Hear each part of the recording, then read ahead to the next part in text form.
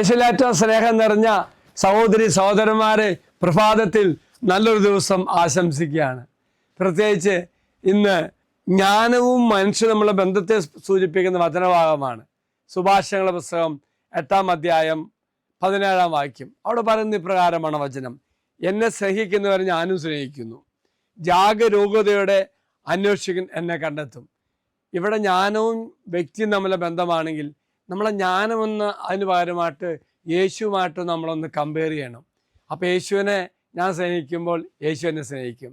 തീക്ഷണമായിട്ട് ഞാൻ യേശുവിനെ അന്വേഷിക്കുമ്പോൾ യേശു എനിക്ക് കണ്ടെത്തുന്ന തരത്തിൽ എന്നെ കർത്താവ് ശക്തിപ്പെടുത്തും. അപ്പം ഈ കാര്യമാണ് പറയുന്നത്. ഈ വചനഭാഗത്ത് ജ്ഞാനം ഒരു സ്ത്രീ രൂപമായി വ്യക്തിവൽക്കരിക്കപ്പെടുന്നുണ്ട്. ജ്ഞാനത്തെ പിന്തുടർന്നവരും തമ്മിലുള്ള പരസ്പര ബന്ധത്തെ ഇവിടെ സൂചിപ്പിക്കുന്നുണ്ട്. ജ്ഞാനം തൻ്റെ അറിവും മാർഗനിർദ്ദേശവും തേടുന്നവരെ സജീവമായി അവർക്ക് പ്രതിഫലം നൽകുമെന്നും ജ്ഞാനം കണ്ടെത്തുവാൻ സാധിക്കുമെന്ന് പറയുകയാണത്. എങ്കിൽ പ്രിയമുള്ളവരെ, ഒന്നാമത് പറയുന്നത് എന്നെ സ്നേഹിക്കുന്നവരെ ഞാനും സ്നേഹിക്കുന്നു.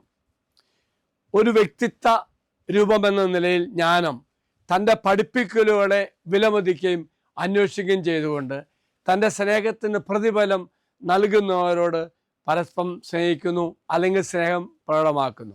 ഈ സ്നേഹം എന്ന് പറയുന്നത് ഒരു നിഷ്ക്രിയമല്ല, അത് ജ്ഞാനത്തിൻ്റെ അനുഗ്രഹത്തിൻ്റെയും മാർഗനിർദ്ദേശങ്ങളുടെയും ഒരു വഴിയാണ്. രണ്ടാമത് പറയുന്നത് എന്നെ ജാഗ്രതയോടെ അന്വേഷിക്കുന്നവർ എന്നെ കണ്ടെത്തും. അപ്പം ജ്ഞാനം തേടുന്നവരിൽ മുൻകരുതലും നിരന്തരമായ ശ്രമത്തിൻ്റെ പ്രാധാന്യത്തെയാണത് ഊന്നി പറയുന്നത്. ജ്ഞാനം മനസ്സിലാക്കുവാനും പ്രയോഗിക്കുവാനും ആത്മാർത്ഥമായി ആഗ്രഹിക്കുന്നവർ ഒടുവിൽ കണ്ടെത്തുമെന്നാണ് സൂചിപ്പിക്കുന്നത്. അതാണ് എന്നെ ജാഗ്രതയോടെ അന്വേഷിക്കുക എന്ന വാചകം. യാദൃച്ഛികമോ ഉപരിപ്ലവമോ അല്ല, മറിച്ച് ആത്മാർത്ഥമായും ജ്ഞാനത്തിനുള്ള ആഴമായ ആഗ്രഹത്തിൻ്റെ ആവശ്യകതയെ എടുത്തു കാണിക്കുകയാണ്. മൂന്നാമത് പരസ്പര ബന്ധമാണ് സൂചിപ്പിക്കുന്നത്. ജ്ഞാനത്തിന് വേണ്ടി സജീവമായി അന്വേഷിക്കുകയും ജ്ഞാനത്തിൻ്റെ പഠിപ്പിക്കലുകളെ വിലമതിക്കുകയും ചെയ്യുന്നവർക്ക് ജ്ഞാനം കിട്ടുമെന്നാണ് പറയുന്നത്. അതുപോലെ ഈ ഒരു അന്വേഷണം നിഷ്ക്രിയമായ അവസ്ഥയല്ല, മറിച്ച് പിന്തുടർന്ന് നയിക്കുന്നവരെ ആഗ്രഹിക്കുകയും ചെയ്യുന്നവരെ ഒരു ചലനാത്മക ഇടപെടൽ നമുക്കിവിടെ കാണാൻ സാധിക്കുകയാണ്.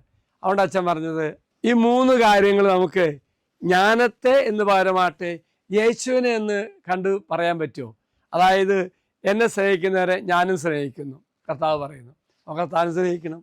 വീണ്ടും കർത്താവ് പറയുക, എന്നെ ജാഗ്രതയോടുകൂടി അന്വേഷിക്കുന്നവർ എന്നെ കണ്ടെത്തും.